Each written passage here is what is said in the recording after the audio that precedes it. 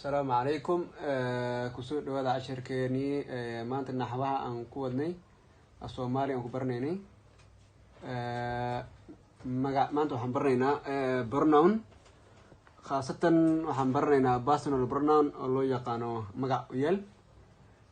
مقع ويل وحاوي برنون لكني لمبروان مقع ويل دادت وحاوي باسن البرنون مقع ويل دادت waxaa ka mid ah magacyaal dadeed waxaa ka mid ah aniga isaga iyada anaga iyaga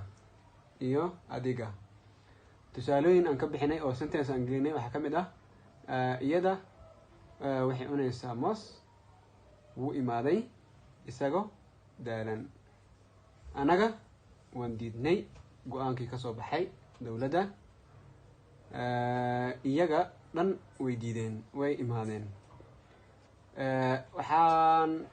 hadana guda galaynaa midda labaad oo ah tilmaame waxaa waaye concrete pronoun oo this that this and this and those waxaa ka mid ah tilmaamo wuxuu tusaa shay meeshuu yaalo ama shay meeshuu ku sugan yahay waxaana ka mid ah kan this kaas that kuwan these quas those tan female version which is now female lab diga tan tas tusaalooyin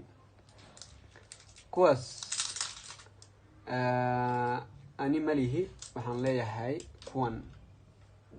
buuggan halkan ka qaad meeshaas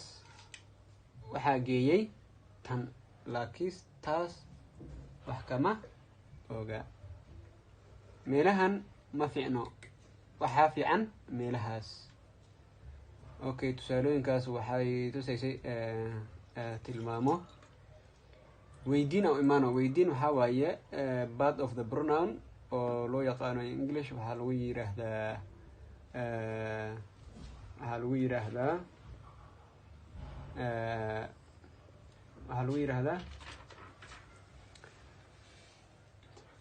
interrogative interrogative pronoun weydiin waxaa loo isticmaalaa in su'aalo lagu weydiiyo waxayna ka mid yihiin sida kee intee tee kuwee goormee yaa tusaalooyin aan ka bixino yaa kuu sheegay arrinka inteed maraysay markii lagu xadayay maanta kuwee imaaday